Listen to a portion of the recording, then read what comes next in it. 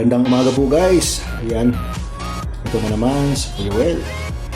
Samahan niyo po akong magluto ng adobong chicken feet. Ayan. Ito po yung mga panghalo natin. Siyempre di mawawala yung sibuyas, bawang, luya at saka dahon ng sibuyas. At higit sa lahat yung sili. Meron pa tayong halo na leaves. Okay? So ito po ang ating lulutuin ngayon guys. Ayan. Chicken feet. Ayan. Olive oil. Ang isa natin. Ayan. Lagyan na po natin muna yung sibuyas. Dahil medyo malalaki yung buwa niya. Asaw natin yung bahagya. Ayan. Masarap po sa adobo yung maraming sibuyas. Meron po kami nilagay na 2 piraso na medyo malalaki.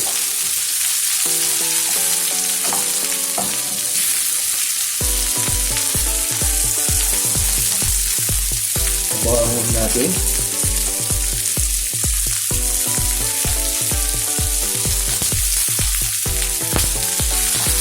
Yung unang linuto ko ay with sitanghon. Ayan, ito naman ang ating isadong chicken feet ng paraan.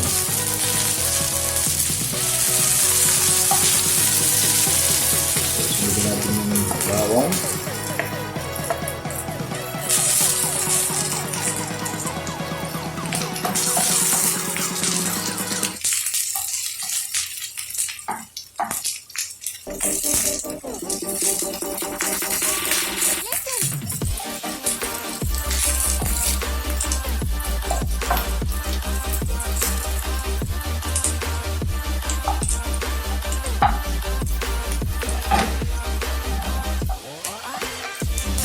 Nagalaw. Para mabango, maganda kung isahin natin. Pwede naman i-direct, pero mas gusto ko namin yung ginigisa. So, isunod ko naman yung ginger.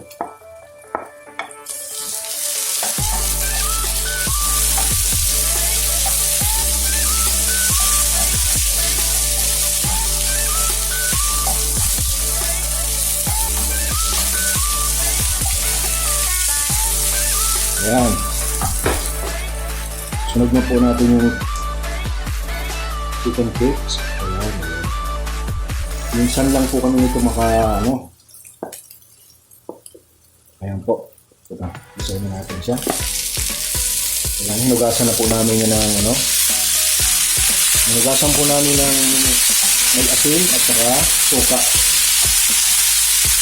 Ito po yung panglinis yung asin at saka suka. Tubig yan. Ayan.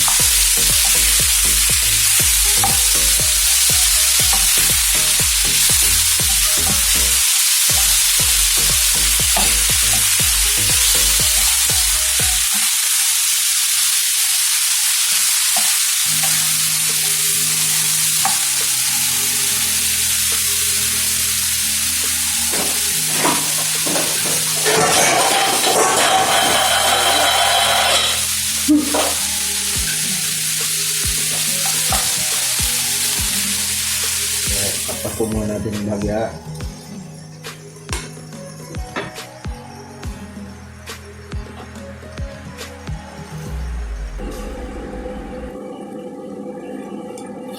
Atin po haluin. Ayan.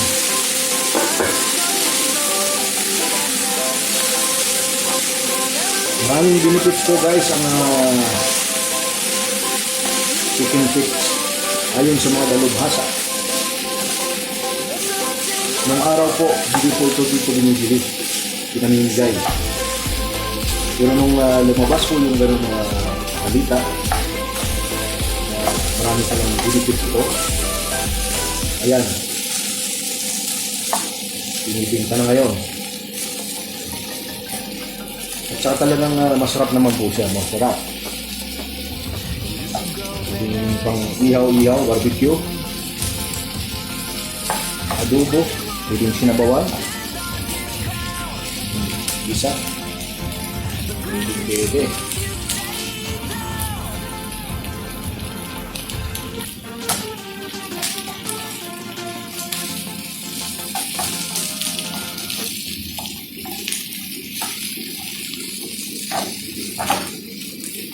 Yan, mahal pa.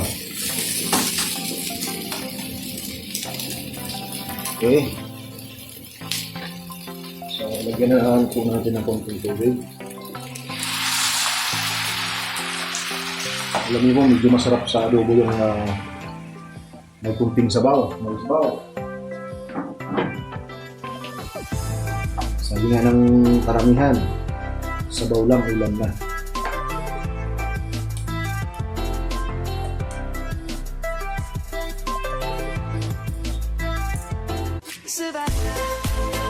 Lagay ko na po itong leaves.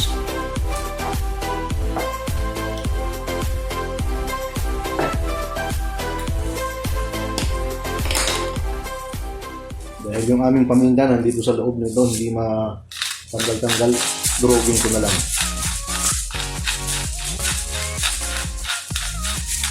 Ayan.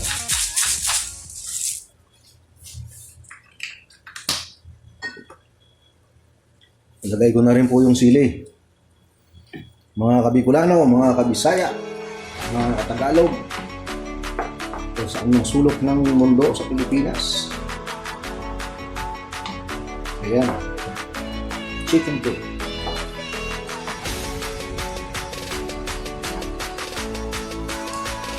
Ngayon po ay maglalagay ako ng soy sauce.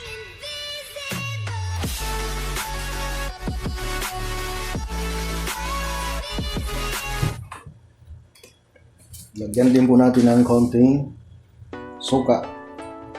Ayan.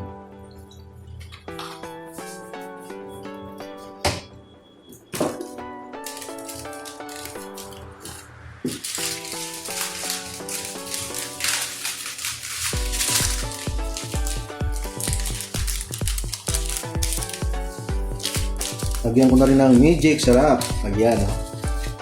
Okay.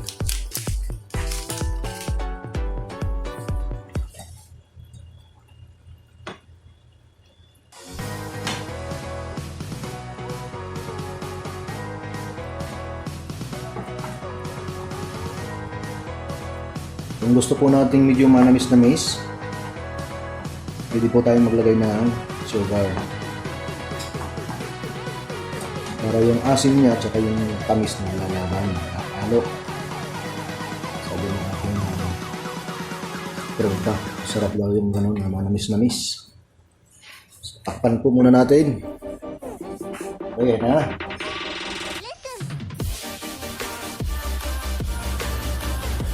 Ngayon po ay bisitahin natin ang ating adobo. Ayan. Ang bango. Ang bango. Ramdam ko na may gunting ang siya. Ang adobo natin guys. Lab, lab, lab adobo.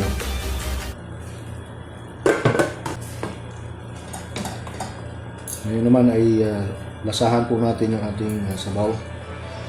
Tingnan natin kung mag-a-add pa ako ng konting konti lang.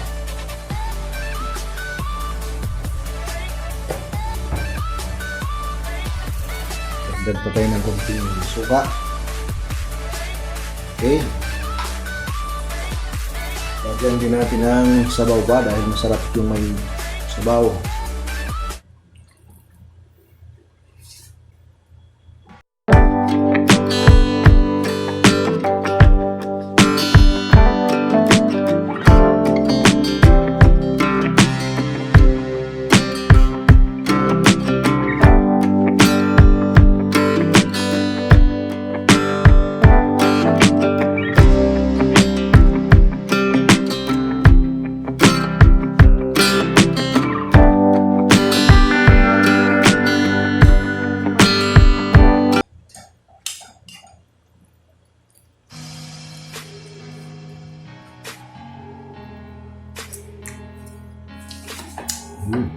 Manamis-namis. Takpan po muna natin. Mahinang apoy lang po. Ayan. Mahina. Ngayon naman po ay ating bisitahin. Charan! Ay! Grabe. Ayan na.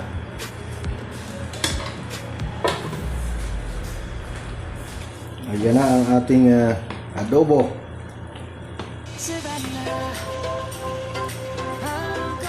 Adobong pinasarap ni Kuya Wel.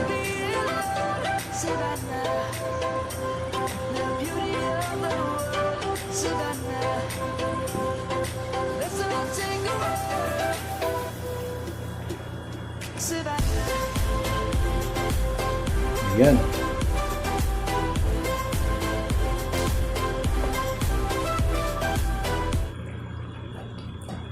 Dahil hindi naman po siya native, luto na po yan. I-off ko na po yung apoy. Ito naman po ay ang ating isusunod. Ayan.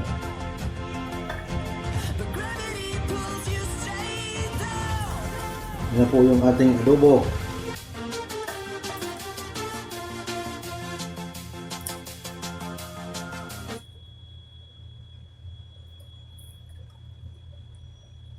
Grabe. Ang sarap ng ating adobo.